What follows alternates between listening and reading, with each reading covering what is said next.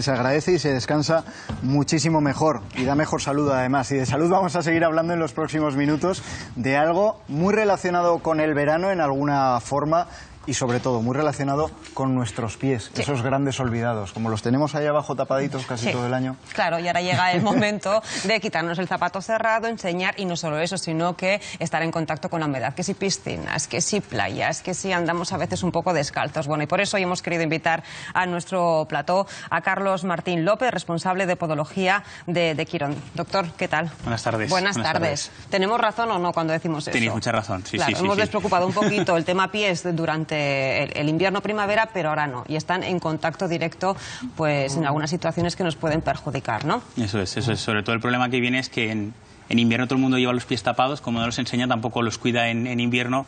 Cuando viene el verano todo el mundo los quiere lucir y es cuando vienen los problemas, sobre todo de dureza, sequedad de talón, que es muy habitual, sobrecargas de la musculatura, ampollas, el típico callo, el ojo de gallo de toda la vida. Entonces, claro, eso, si no hacemos una buena prevención y un buen seguimiento, al final pues acaba pasando factura.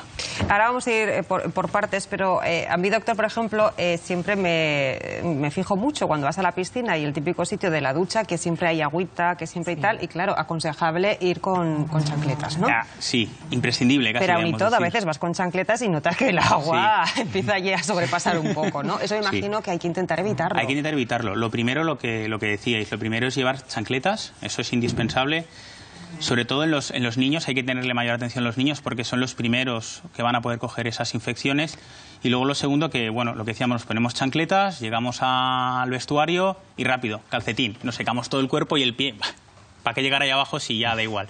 Y nos ponemos el típico calcetín húmedo, la zapatilla cerrada y llegamos a casa y lo tenemos macerado, lo tenemos como blanquecino, como la piel un poco humedecida. Eso es fatal, porque realmente lo que estamos haciendo es un caldo de cultivo. ¿Y eso en qué puede derivar? Eso lo que nos va a derivar sobre todo es en papilomas o en verrugas plantares y sobre todo en hongos, tanto en las uñas como el típico pie de atleta, que es la típica zona de lo que estamos viendo en la imagen, que son esas cosas que vemos ahí, que son unas grietas y como unas heridas que se salen entre los dedos de los pies. Ahí esa es la típica imagen, y eso se produce por un exceso de sudoración, se queda toda la zona húmeda y eso lo que hace es que se hace una pequeña herida y en la herida es donde se mete el hongo. Puede afectar también a las uñas, ¿verdad? Sí, afecta a las uñas. Lo que pasa es que ahí en las uñas tenemos que tener en cuenta también un poco a veces a qué se dedica el paciente. Por ejemplo, después de ver lo del ternasco, las imágenes un poco... sobre todo lo que nos va a afectar es el tema del calzado, ¿vale? Tenemos que tener en cuenta, por ejemplo, si el paciente nos va a trabajar con bota de seguridad, es decir, que la puntera sea metálica y eso al doblar el dedo lo que nos va a hacer es producir un poquito más de lesión. A veces si el paciente tiene un poco el dedo en garra y suele llevar calzado pues un poquito más bajo y le roza bastante, al final lo que nos hace es deformar la uña. Y yo tuve un papiloma. Sí. Y además, bueno, la típica de cuando vas a nadar, la piscina y... Exacto. Entonces, a mí me lo quitaron. ¿Es posible que yo vuelva a tener otro papiloma o ya me quedo inmunizada con el tema del papiloma? Con los papilomas hay dos problemas principales. El primero es que tú te infectas con el papiloma y puede tardar 6 meses en que nos salga, o sea, en darnos cuenta que lo tenemos.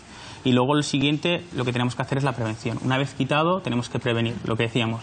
Chancletas para ir a la piscina, secarnos los pies, ponernos calcetín de fibras naturales, sobre todo de algodón, e intentar con todas esas cositas mejoraremos bastante. Pero entonces hay gente que es más propensa a tener todo esto que otra. Sobre todo son los pacientes que son inmunodeprimidos, es decir, pacientes que tienen, por el motivo que sea, están un poco más bajos de defensa. Normalmente en esos casos suelen ser los niños o pacientes que, por ejemplo, que sufran un poquito de estrés o estén un poquito más bajo de defensa, hace que al final el virus, que no deja de ser un virus, se meta en la piel.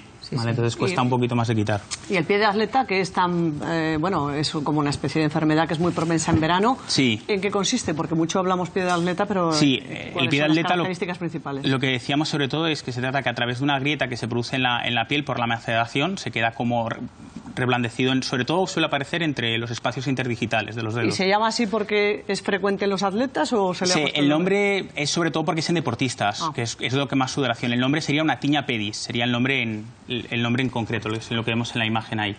¿Qué hace? Ahí se mete el hongo y lo que nos suele pasar es que nos suele picar, tenemos sensación de escozor. Cuesta mucho de curar porque sale entre los dedos. ¿Qué pasa? Que lo tenemos que tratar con un antimicótico. primero de tratarlo con el antimicótico tenemos que saber qué hongo es. Una vez que tenemos el hongo lo tratamos, pero tenemos que hacer otra vez la prevención. Es decir, que no nos sude, que nos pongamos el calcetín, porque si no realmente lo estás tratando, pero el hongo sigue estando ahí en su fiesta. ¿Es contagioso? Sí, es muy contagioso.